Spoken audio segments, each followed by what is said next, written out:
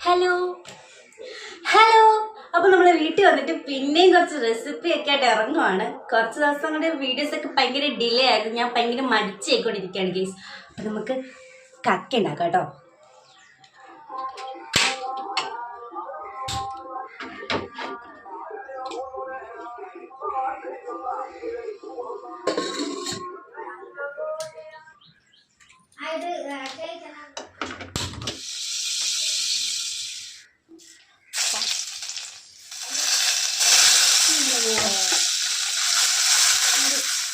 അവളായിട്ട് പറഞ്ഞില്ല.